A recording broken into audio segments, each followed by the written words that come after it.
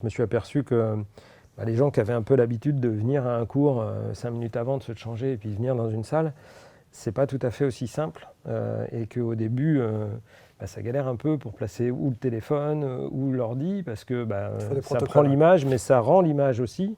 Donc, qu'est-ce que je peux voir? Est-ce que c'est plus important que je vois ce que le coach me démontre? Est-ce que c'est plus important que le coach me voit? Et puis finalement, quand on se dit ce qu'on vient de se dire, que le coaching verbal est quand même plus intéressant, la prise d'image, moi, me paraît plus intéressante que l'image que je démontre.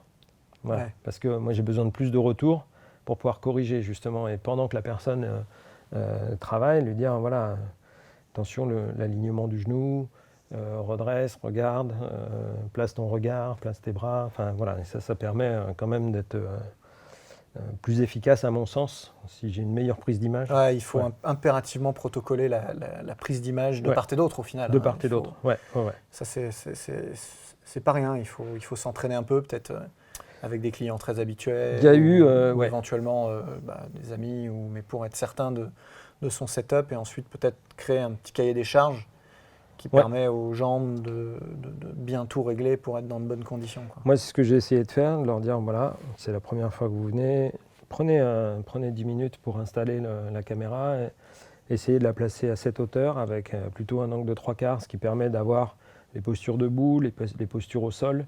Sans avoir à changer. Et en fait, voilà, c'est ça, de ne pas être obligé de bricoler le téléphone, parce qu'on a autre chose à faire pendant notre coaching. Si c'est un téléphone, c'est quelque chose. Si c'est un ordi, c'est autre chose. C'est autre chose. Si c'est une tablette, c'est encore autre chose. Voilà. Il faut des protocoles spécifiques. Le truc tout bête, c'est qu'il y a des gens qui ont un jardin, qui ont une terrasse, et puis le son se perd énormément dès qu'on est dehors. Et s'il n'y a pas une enceinte qui permet de rapprocher finalement le son et de bien entendre ce que je dis, ça peut être très très pénible pour la personne qui a la chance d'être dehors, de ne pas pouvoir bénéficier finalement de toutes les consignes de façon claire et précise. C'est vrai. Donc il y a l'image et puis il y a le son. Et puis ça peut casser la séance, la dynamique aussi. Qu'est-ce que tu as dit? C'est ça, c'est ça. Attends, ça t'a coupé. Ouais. C'est main droite ou main gauche? Je leur demande d'avoir les oreillettes. Ouais, c'est ça. C'est d'avoir... alors il y a des gens pour qui ça ne sera pas possible d'avoir des oreillettes parce que c'est...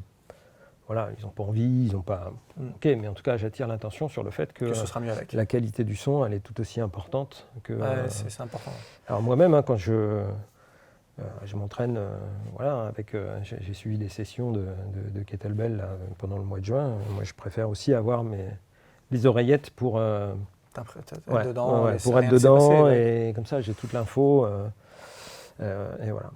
Et puis, tout dernièrement, alors tu parlais des clients de confiance, des clients avec qui on peut dire, écoute, cette séance-là, en fait, je te l'offre, mais on va faire un essai. Voilà. Et puis, comme ça, au moins, il n'y a pas... On est sur un...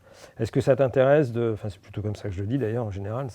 Je n'impose pas, mais je dis, voilà, moi, j'aimerais tester ça. Est-ce que tu veux? OK. Et en fait, il y aura des réglages, il y aura des...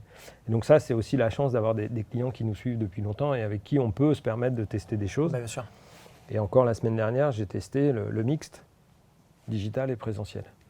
Donc là, dans un parc, j'avais 2 clientes qui étaient avec moi dans le parc, et puis 2 clientes qui étaient à distance. Un small group avec... Un small group mixte. Donc là, clairement, c'était pour moi une nouvelle expérience. Donc c'était des gens qui se connaissaient, puisqu'elles sont en général toutes dans le groupe avec qui on se retrouve à cette heure-ci. Et puis bon, là, elles étaient en week-end chez des amis, donc... Et on a mis en place ce concept qui finalement marche assez bien.